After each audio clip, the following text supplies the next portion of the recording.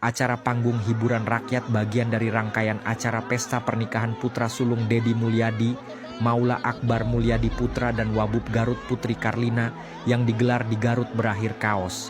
Warga saling berdesakan saat masuk area pendopo Garut pada Jumat pukul 1 siang. Ada banyak orang yang pingsan diduga karena berdesakan. Menurut informasi yang dihimpun Detik Jabar, ada 3 orang yang meninggal dunia. Salah satunya seorang anak perempuan berumur 8 tahun.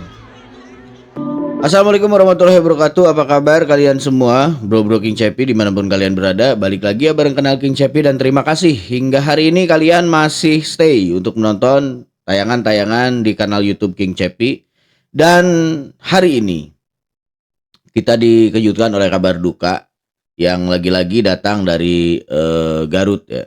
Yang sebelumnya pernah ada salah satu ulama di Garut yang menghujat Kang Deddy Mulyadi. Dan sekarang saat ini berbeda ceritanya karena acara pernikahan anak Kang Deddy Mulyadi yakni Maula Akbar dan juga istrinya Putri Karlina itu menelan 3 orang korban jiwa dan juga 26 orang pingsan. Banyak sekali spekulasi yang bertebaran di sosial media tentang bagaimana hal ini bisa terjadi. Apakah memang pihak penyelenggara pesta tersebut tidak mempersiapkan sehingganya korban berjatuhan itu banyak sekali gitu kan? Ataukah justru antusiasme warga yang memang sudah mencapai tingkat kebrutalan gitu, makanya ada korban jiwa.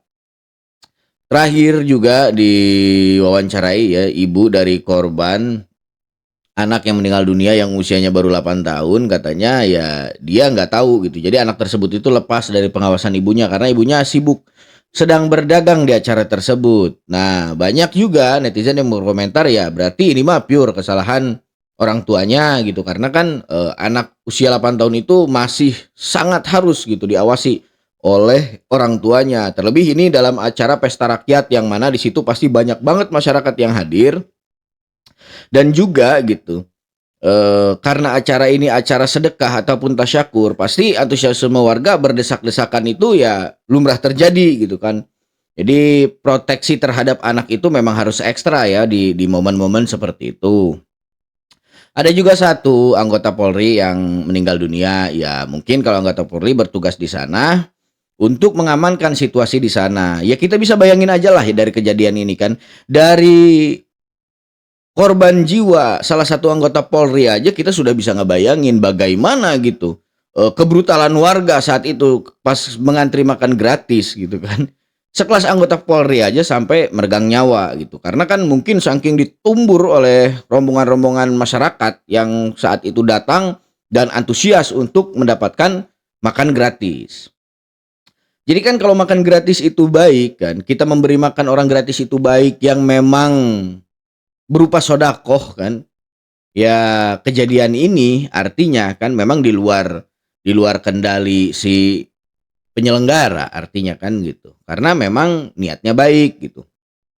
Beda dengan konser gitu kan, konser-konser musik ataupun dugem yang menelan banyak korban gitu ya. Dan gue yakin beritanya juga nggak bakal sepanas ini gitu. Terutama ini dari kalangan pejabat yang saat ini sedang menjabat di wilayah Jawa Barat. Apalagi Kang Deddy kan tengah menjadi sorotan masyarakat Indonesia gitu soal kepemimpinannya. Pasti banyak banget pihak-pihak yang selama ini merasa dirugikan ataupun berseberangan ataupun antipati terhadap Kang Deddy Mulyadi akan menyerang lewat jalur ini. Terutama ada sih salah satu klan lah, gue bilang di sini salah satu klan yang ya memang biasa teriak ke sana kemari gitu kan, apalagi yang berbenturan gitu dengan kelompok mereka gitu. Saat ini kan Kang Deddy juga lagi santer diserang oleh kelompok mereka, yakni kelompok, dan kalian sudah mengerti mungkin kan dengan kode gua tadi, karena gua nggak mau menyebutkan kelompok mereka terlalu jelas gitu karena gua juga ya punyalah sisi takut ntar digeruduk lagi gitu kan.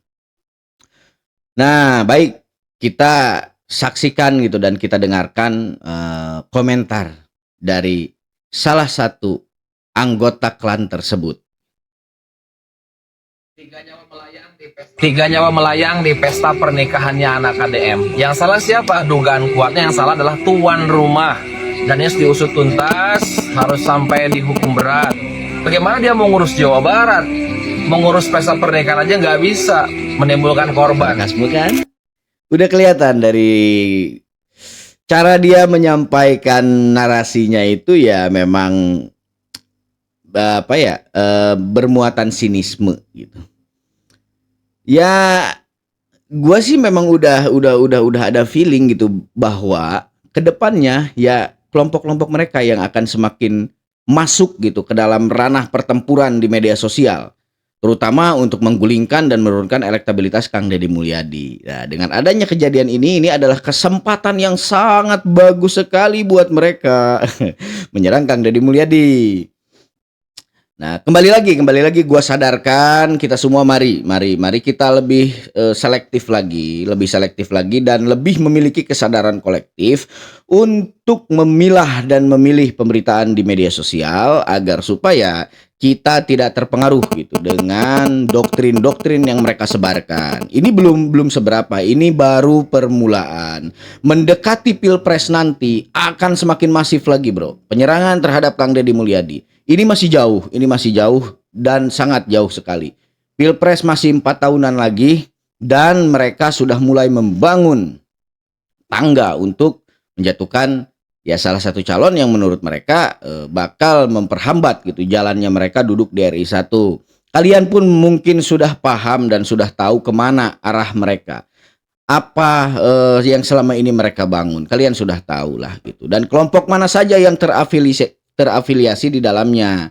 Ya kita bisa paham lah. Karena kan mereka itu bukan ada saat ini saja gitu. Bukan di era Kang Deddy Mulyadi saja. Di era-era kepemimpinan sebelumnya bahkan mereka sudah terjun gitu. Apalagi Kang Deddy sudah mereka serang sedari menjadi bupati di Purwakarta. Nah, apalagi ya sekarang udah naik jadi gubernur dan besar indikasinya bahwa Kang Deddy Mulyadi itu bakal dicalonkan diri oleh masyarakat Jawa Barat menjadi RI 1.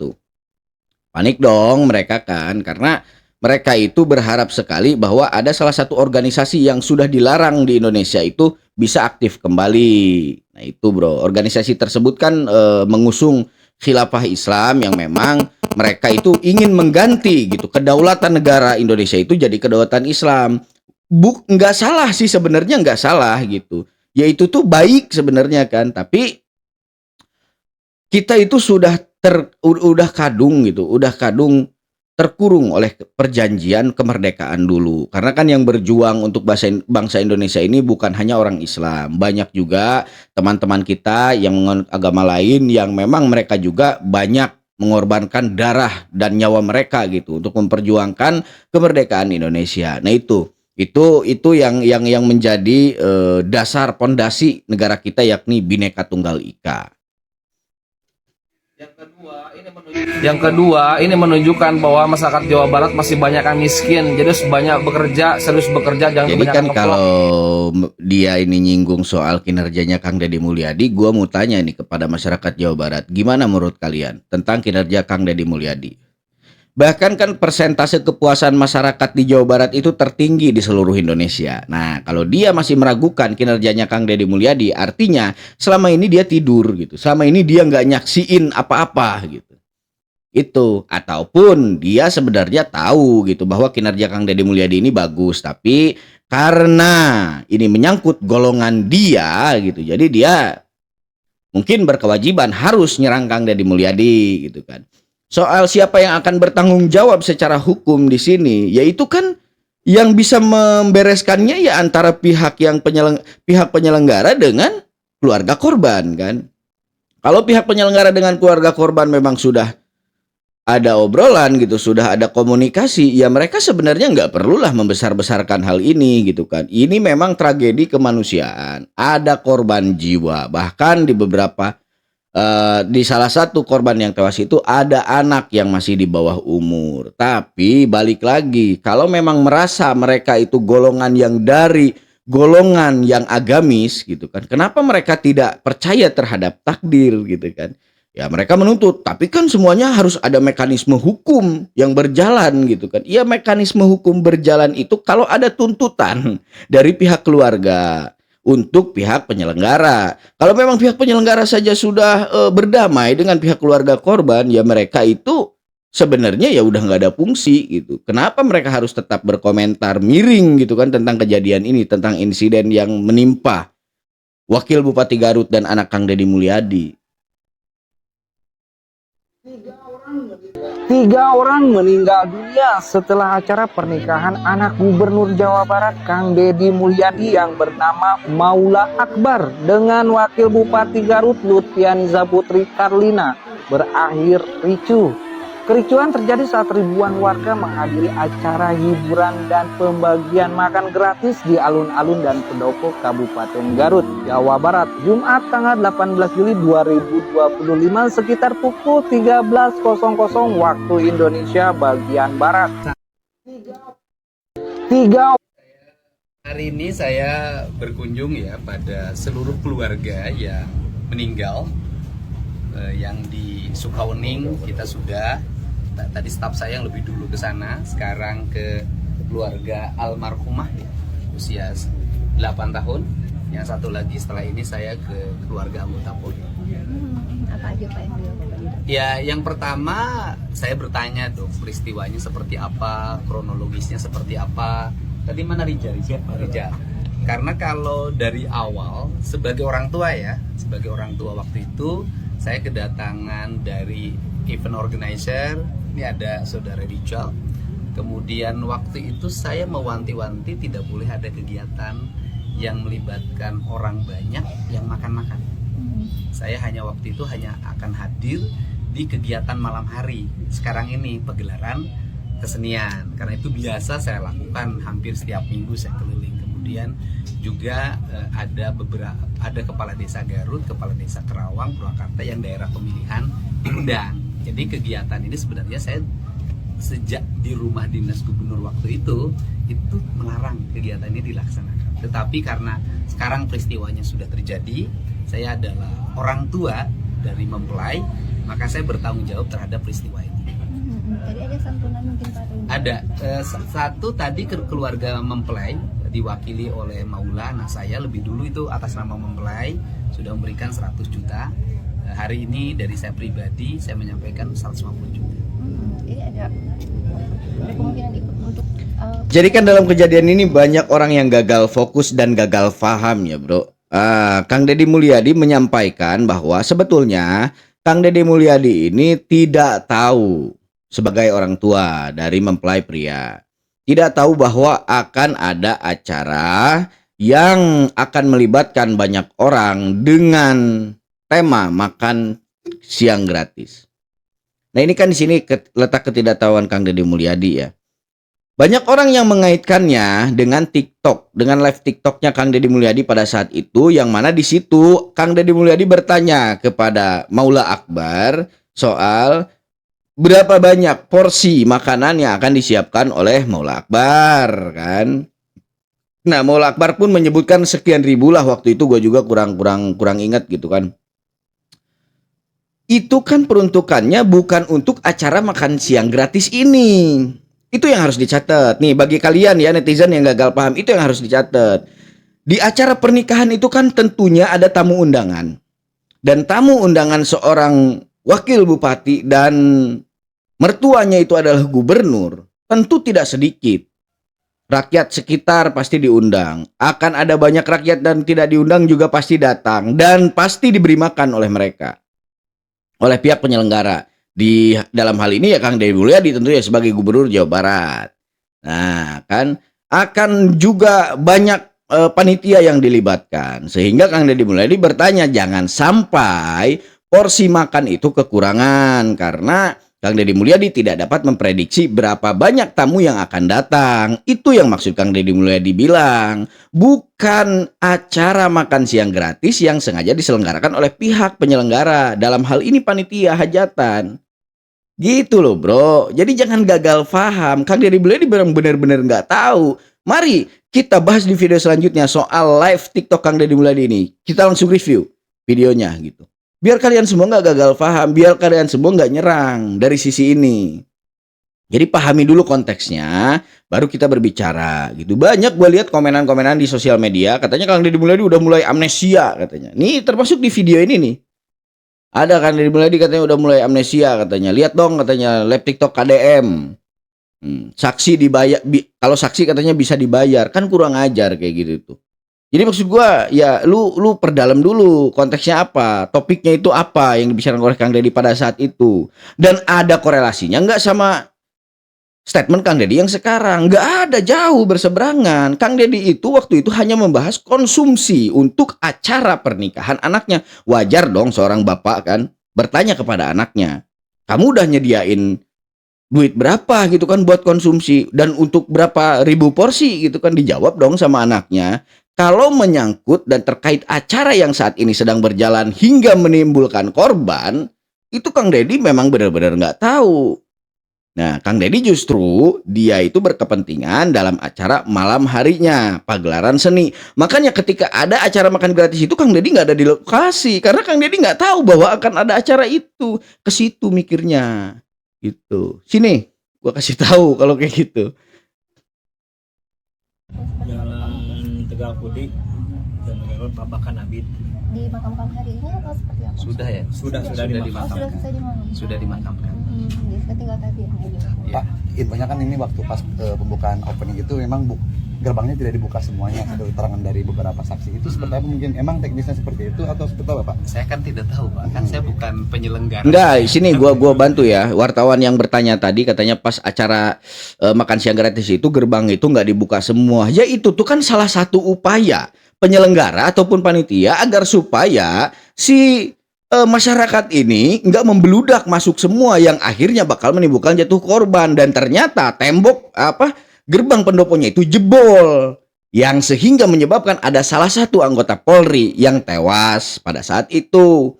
Gitu loh. Jadi kalau pihak penyelenggara memang sudah mempersiapkan sedari awal gitu kemungkinan ini, sebenarnya pemilik hajatan itu sudah menduga bahwa antusiasme masyarakat pasti akan sangat brutal gitu ketika menyambut makan siang gratis yang diadakan di acara pernikahan anak dan menantu Kang Deddy Mulyadi.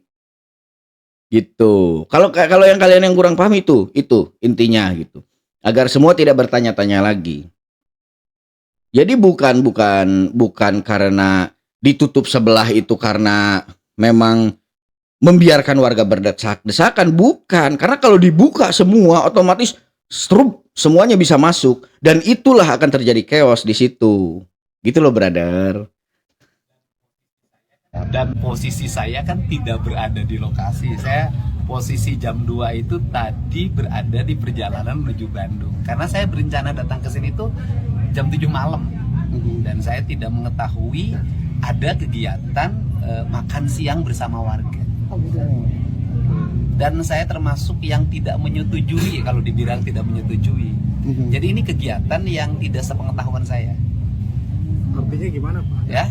Emang Pak melanggar gitu, Pak? Kenapa? Tidak disetujui Bapak, artinya melanggar gitu, Pak? Bukan melanggar, artinya bahwa waktu itu kan saya ada kegiatan tuh ada 3 yang saya setujui ya.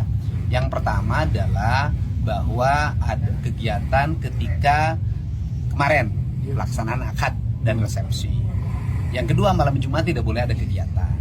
Kemudian hari Jumat kegiatannya ada 2, yaitu 1 kegiatan undangan bersama para kepala desa sore jam 4, kemudian malamnya kegiatan pagelaran seni, dan itu kegiatan saya keliling. Dan saya datang itu malam jam 7 sebelum pagelaran seni. Itu biasa saya datang jam 7 atau jam 8. Nah, Jadi ini inisiatif saya tidak tahu lah ya yang kegiatan, dan kegiatan ini sudah saya wanti-wanti nggak boleh dilaksanakan.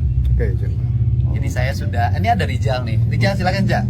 Ya, Pak Gubernur memang sudah sempat melarang kegiatan untuk mengundang massa, ya, ada makanan gratis sejak awal juga sudah dilarang oleh Pak Gubernur. Hanya peristiwa ini sudah terjadi. Hari ini kita mungkin sebagai keluarga juga memohon maaf, dan ini tentu akan menjadi pelajaran bagi kami. Ya, jadi yang paling utama adalah meskipun orang tua sudah melarang dilaksanakan kegiatan ini, karena peristiwa ini sudah terjadi, sebagai orang tua bertanggung jawab terhadap apa yang sudah dilaksanakan kegiatan. Namanya juga anak muda lagi bahagia dan ingin kebahagiaannya dinikmati oleh banyak orang. Mungkin itu tujuan utamanya. Jadi cita-citanya baik, tetapi secara mekanisme barangkali tidak ada kesiapan untuk mengantisipasi jumlah orang yang banyak datang pada satu tempat. Berarti Pak Muala emang nggak ngasih tahu kalau ada kegiatan makan gratis ke Bapak ya berarti waktu Bang ngobrol? Dilarang. Oke. Jadi sudah dilarang, sudah tidak diperbolehkan. Ini saksinya nih, saya melarang. Tapi ya sudahlah, sudah terjadi. Oke, siap. Saya harus bertanggung jawab sebagai orang tuanya. Oke, terima kasih. Terima kasih Pak.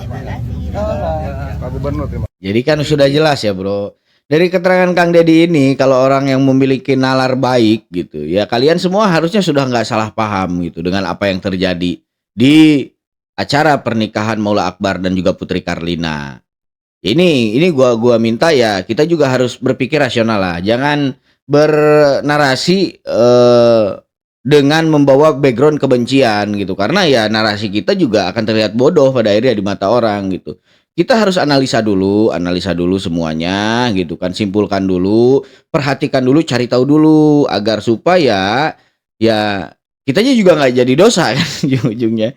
Kita bersuzon gitu kepada orang. Nah, Kang Deddy Mulyadi di sini kan untuk video TikTok yang saat ini sedang ramai diperbincangkan oleh kalangan-kalangan penyerang Kang Deddy Mulyadi. Nah, nanti di video selanjutnya insya Allah gua review dan kita coba pahami bersama agar supaya ya kita juga nggak gagal paham gitu. Kita nggak ikut kaum-kaum yang selama ini sengaja menggagalkan pahamnya sendiri.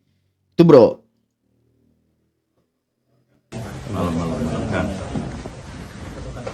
Terkait peristiwa hari ini, apakah sudah dilakukan evakuasi?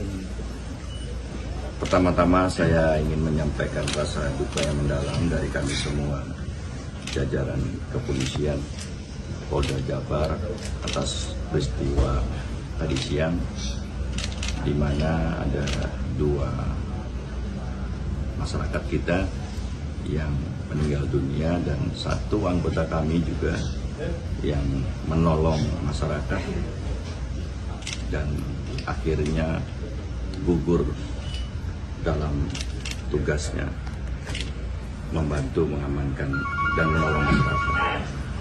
Kemudian yang selanjutnya tentunya kami juga akan melakukan pendalaman, akan melakukan investigasi bagaimana peristiwa ini terjadi sehingga mengakibatkan ada 3 yang meninggal dunia pada siang hari ini. Secara SOP pengamanan gimana itu? Tadi kami sudah pelajari semua dengan internal Polres Garut. Jadi sebagaimana biasanya setiap kegiatan masyarakat itu kita melakukan pengamanan. Polres Garut berdasarkan informasi dan permintaan dari pemerintah Garut untuk mengamankan rangkaian kegiatan. Nah bro, kepolisian sudah melakukan investigasi ya, dan kita sangat berharap sekali ya secepatnya hasil investigasi tersebut dikeluarkan dan diumumkan oleh pihak kepolisian. Itu yang pertama harus kita tunggu ya, dan juga kita kawal terus pemberitaannya ini di sosial media karena pasti akan ada banyak pihak-pihak yang menyelewengkan pemberitaan ini dan memberitakan berita ini dengan unsur miring gitu, dengan unsur ketidakbaikan. Yang kedua, bagi kalian yang terus-menerus berkata dan komentar di sosial media soal katanya, lihat nih pemerintah, masyarakat kamu ini miskin, dikasih makan gratis aja sampai rela kehilangan nyawanya. Gini bro, gua jelasin di sini ya. Perilaku masyarakat yang seperti ini sebetulnya kalau mau kita perdalam bukan karena mereka miskin dan kurang makan sebetulnya. Ini memang sudah tabiat yang mengakar di diri masing-masing masyarakat itu sendiri gitu. Antusiasme masyarakat Indonesia terhadap hal-hal yang gratis itu memang sangat tinggi bro. Dimanapun, bukan berarti mereka lapar, bukan berarti mereka susah gitu. Banyak kok di dalam antrian tersebut itu memang banyak orang yang memang hidup sejahtera dan berkecukupan sebetulnya. Ada 2 hal yang membuat gitu tragedi ini terjadi. Hal pertama, masyarakat yang memang sebetulnya datang ke sana itu bukan hanya sekedar buat nyari makan gratis, tapi karena rasa kagum mereka terhadap gubernur mereka Kang Deddy Mulyadi untuk melihat Kang Deddy Mulyadi secara langsung di dalam acara tersebut. Padahal pada saat itu kan Kang Deddy Mulyadi tidak berada di lokasi. Tapi ya masyarakat mungkin taunya karena itu yang pesta itu anaknya Kang Deddy Mulyadi, ya mungkin mereka beranggapan bahwa Kang Deddy Mulyadi ada di lokasi kan. Nah, itu yang pertama. Yang kedua, itu hanya soal karakteristik sebuah masyarakat, sekelompok masyarakat yang memang dari dulu memang sudah seperti itu gitu. Jadi kamu kira orang yang nunggu ngantri bantuan itu tuh orang susah semua? Enggak, banyak juga kok orang yang memang hidup sejahtera berkecukupan tapi dia mati-matian memperjuangkan dirinya agar supaya dapat bantuan sosial dari pemerintah. Terlebih dalam hal ini ada korelasinya dengan makan gratis tadi. Gitu. Jadi itu tuh kan tabiat yang memang harus dirubah. Kalau komentar kalian itu seputar gini loh, maksudnya kalian misalkan memberikan masukan nih kepada pihak pemerintah, cobalah gitu masyarakat yang seperti itu dirubah gitu mindsetnya. Pemerintah harus ada program pembenahan cara berpikir masyarakat gitu agar supaya masyarakat itu nggak gini-gini mulu. Nah itu baru gue setuju tuh gitu. Kalau nyerang dengan cara nih masyarakat miskin katanya, makanya pemerintah harus kerja gitu ya. Selama ini Kang Deddy Mulyadi gua rasa gitu kurang maksimal apa gitu pengerjaannya. Apapun yang dilakukan itu kan demi kesejahteraan rakyat. Bahkan dia harus diserang oleh elit-elit politik yang dirugikan gitu oleh kebijakan-kebijakan Kang Deddy Mulyadi yang pro terhadap rakyat. Dan sekarang rakyat yang menyerang Kang Deddy Mulyadi. Jadi gua ingat satu kata dari Kang Deddy Mulyadi bahwa katanya jadi seorang pemimpin itu memang harus berani dihujat, harus berani dicaci gitu. Jangan lemah terhadap cacian dan hujatan dan juga fitnahan dari banyak kelompok. Pastinya banyak kelompok. Sekarang ya musuh Kang Deddy itu bukan cuma 1-2 kelompok saja, banyak puluhan kelompok bahkan yang nyerang Kang Deddy Mulyadi. Karena ya puluhan kelompok ini yang biasanya hidup dari hasil mengeruk kekayaan negara gitu kan, dari hasil mengeruk uang-uang negara, sekarang mereka mulai kelaparan dan cari panggung ke sana ke sini untuk memenuhi kebutuhan keluarganya. Disinilah gitu. Tapi ya apapun yang kita katakan di sini, balik lagi, semuanya ada di hasil investigasi pihak kepolisian. Kita tunggu apa yang akan diutarakan oleh kepolisian di dalam insiden ini gitu. Siapa yang salah dan bagaimana mekanismenya untuk menyelesaikan permasalahan ini. Saat ini saya sedang perjalanan menuju Garut karena saya mendengar kabar kegiatan syukuran pernikahan Maula dan Putri bersama warga itu dikunjungi oleh jumlah orang yang sangat banyak yang pada akhirnya menimbulkan korban jiwa. Saya menyampaikan ucapan duka yang mendalam kepada keluarga yang ditinggalkan. Semoga diterima iman Islamnya, diampuni segala dosanya, dan ditempatkan di sisi Allah Subhanahu wa Ta'ala.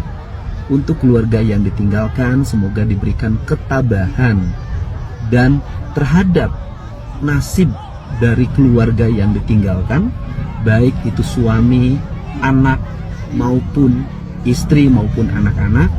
Saya bertanggung jawab terhadap kehidupan keluarganya, pendidikan anak-anaknya, sampai perguruan tinggi. Selanjutnya, tanpa mengurangi rasa hormat, kami pun menyampaikan uang duka terhadap setiap keluarga masing-masing 150 juta rupiah. Hal ini sebagai bentuk empati dari kami atas nama kedua. Jadi Kang Deddy tidak lepas tanggung jawab ya di sini. Dan kalaupun ada beberapa dari kalian yang menuntut Kang Deddy itu pertanggungjawaban Kang Deddy di mata hukum gitu, gue yakin Kang Deddy nggak bakal mundur gitu. Gue yakin Kang Deddy nggak bakal mundur. Karena apa ya? Karena Kang Deddy bukan sosok pemimpin yang takut menghadapi masalah gitu. Lu tahu kan gitu. Sekelas mafia-mafia besar aja gitu di Indonesia, ya beliau hadapin gitu. Ancaman-ancaman besar, ancaman-ancaman pembunuhan yang saat ini dialami oleh Kang Deddy Mulyadi gitu. Nggak membuat Kang Deddy Mulyadi jadi sosok yang pengecut. Itu aja sih catatannya buat kalian. Buat para pembenci dan penghujat Kang Deddy Mulyadi, buat para kelompok-kelompok yang memang selama ini nggak mau ngelihat Indonesia maju. Nih, gue kasih tahu ya. seberapapun keras usaha kalian untuk mematahkan tonggak kemajuan negeri ini, suatu saat kalian pasti akan dicekik oleh jari jemari kalian sendiri. Percaya sama gua. Karena apa? Karena kejahatan yang kalian lakukan itu adalah bumerang yang suatu saat akan balik ke diri kalian sendiri. Baik bro, sampai di sini dulu videonya kali ini dari gua. Semoga ada inspirasi dan juga informasi yang bisa kalian ambil dan kalian jadikan pembelajaran buat kehidupan kita ke depannya. Nah, persoalan ini gua anggap ya ini sebenarnya bukan soal bukan soal acara dan soal insiden semata gitu. Cuman muatannya banyak yang bermuatan politis tentang komentar-komentar miring. Terutama tadi sudah ada bukti kan di awal video, gua perlihatkin videonya ke kalian yang si orang berpeci tadi bilang katanya ini tanggung jawab penuh penyelenggara yang pemilik acara katanya. Nah, itu kalian juga sudah paham lah mungkin dia dari golongan mana gitu. Gua nggak perlu sebutin golongan itu karena ya gua juga masih pengen menikmati kehidupan gua. Dan yang pasti ya kita tetap positive thinking aja dalam menanggapi permasalahan ini. Semoga kedepannya ada solusi yang baik gitu. Semoga kedepannya juga investigasi dari pihak kepolisian cepat keluar dan diumumkan kepada khalayak banyak agar supaya masyarakat tahu gitu sebenarnya ini titik permasalahannya di mana. Baik bro, terima kasih sampai hari ini kalian masih tetap menyaksikan gitu, tayangan-tayangan video di kanal King Cepi. Dan gua Cepi Sparrow Al-Bukhari Al-Banjari pamit undur diri. Sampai jumpa di video-video selanjutnya. Jangan lupa like, comment, and subscribe. And sampurasun dulur-dulur sadayana.